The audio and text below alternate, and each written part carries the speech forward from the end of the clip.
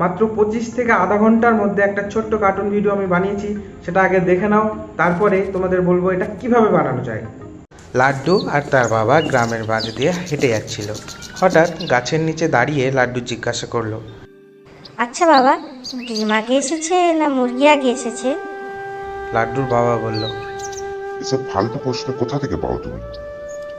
লাড্ডু বলল, বাবা আমার টিচার না প্রশ্ন করেছে।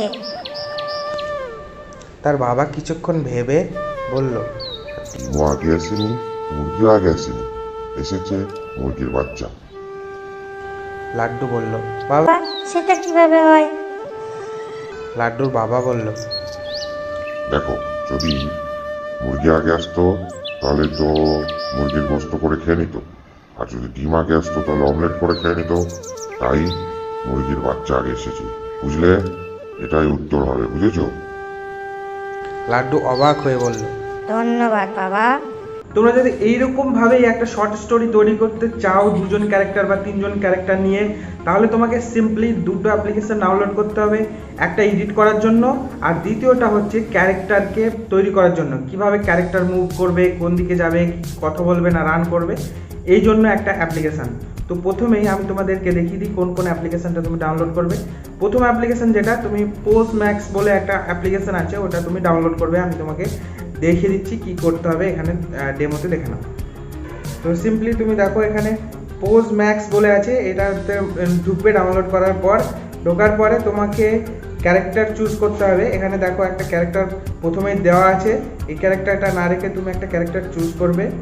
সেটা তুমি যে ক্যারেক্টার চাও সেই ক্যারেক্টার চুজ করতে পারো। এখানে দেখো বেশ কিছু ক্যারেক্টার দেওয়া আছে, আর যদি তুমি নিজে থেকেও ক্যারেক্টার তৈরি করতে চাও তাহলে তুমি ওপরে যে দেখো কাস্টমাইজ ক্যারেক্টার, ওখানে ওটাও তৈরি করতে পারবে।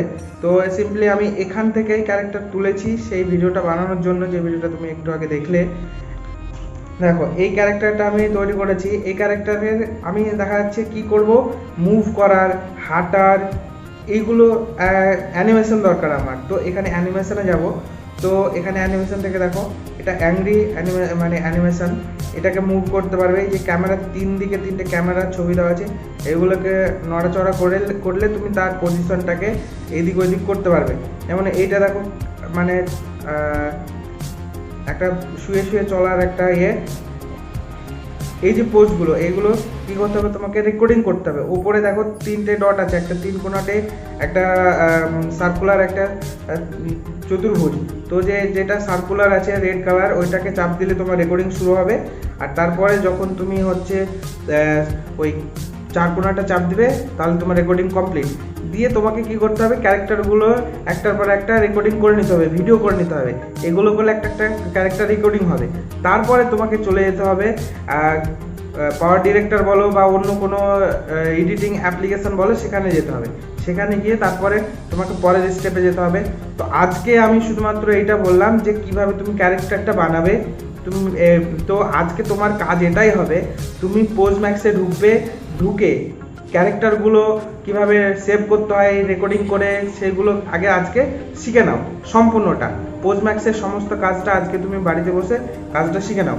তারপরে আমি কালকে তোমাকে নেক্সট ভিডিওতে বলবো যে কিভাবে তোমাকে সেই ক্যারেক্টারগুলো ছবি রূপে, ভিডিও রূপে, মুভিং হিসাবে তুমি ইউজ করতে পারো। তো নেক্সট ভিডিওর জন্য একটু ওয়েট করো, কালকে তুমি নেক্সট ভিডিও পেয়ে যাবে। আজকের মতো এ পর্যন্ত, দেখা হবে নেক্সট ভিডিওতে।